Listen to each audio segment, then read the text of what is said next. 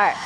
When she hit the mitts, I'm like, dang, she can really hit. He said, I feel like you're the real life Rocky. And I sat there and I thought about that a lot. And I was like, honestly, like, I agree. You know, I've been through so much adversity. I have so much respect for her.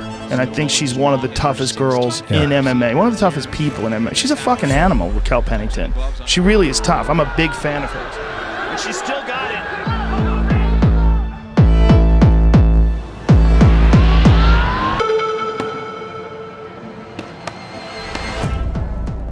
And I think if you look at the story of Rocky, where he came up from humble beginnings and worked his way up to where he is now, that's Raquel's just the female version of that. I started fighting in 2010. At the time, there wasn't many female fighters, so I fought a few of the same opponents. I would sit there and fight in some abandoned grocery stores, some little barnyard arenas. From there, I turned pro in 2012, and you know, I still remember that fight. A lot of emotions came with it, and I remember getting ready to walk out into this abandoned grocery store where they set up the little arena. People were smoking and drinking. You couldn't even breathe in there. I was going against Kim Couture, Randy Couture's ex-wife. He's a legend of MMA. He was a champion, like all this stuff. So like in my head, I like hyped this chick up. I put all this pressure on myself, and I remember we were getting ready to walk out, and there was some exit doors, and I looked at my coaches and I was like, can we just leave? And they were like, no, we're not going anywhere. And I was like, please, let's just leave. The doors are right here. They're like, you got this. And I just looked at them both like they were crazy. I took a deep breath.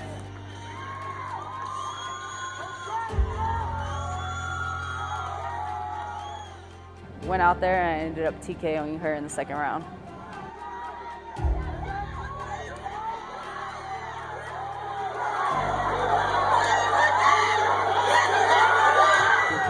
Actually was the first female to ever fight for a title in Hawaii, so I became the Hawaiian Islands champion. My teammate after that, she was fighting for Invicta Fighting Championship. I introduced myself to the promoter. She's awesome. She turned around and she gave me a multi-fight contract.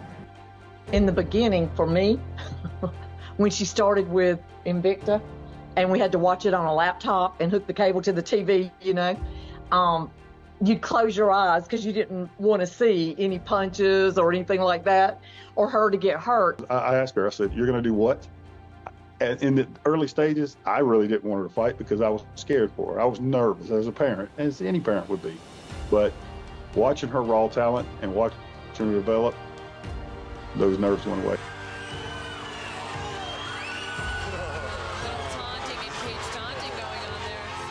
She fought a girl named Ashley Evans Smith. In that fight, Raquel got kneed in the head and was bleeding. I mean, blood was pouring out of her head. And Raquel put on, we knew it probably wouldn't go a third round, or another round.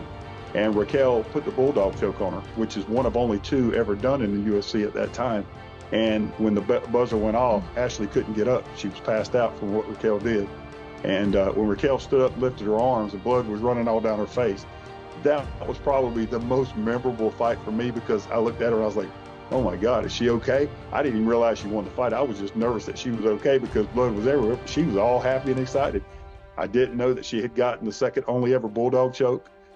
But that fight will always stand out to me. I wasn't really having fun at the time, and so I was like, I'm done with this sport. This is absolutely crazy. I decided that I wanted to try a boxing match. I had to go pro since I was pro in MMA, so I fought a couple professional boxing matches, and then from there it was just like, I don't know about any of this anymore. Like, it's an emotional roller coaster. You know, I didn't feel like I had a happy home in any gyms, and I remember I was just like, I'm done. And then the UFC announced that they were going to have the Ultimate Fighter, which was my division. It was the first time ever that they were going to have women. So everybody started calling me, and they're like, you're going to this Ultimate Fighter? And I was like, absolutely not. Like, I don't want to do this anymore. And honestly, I was done. I didn't want to. Bueno. I'm a veteran of the sport. I feel like she's still very green. Last one. Now she's tired. Let's go.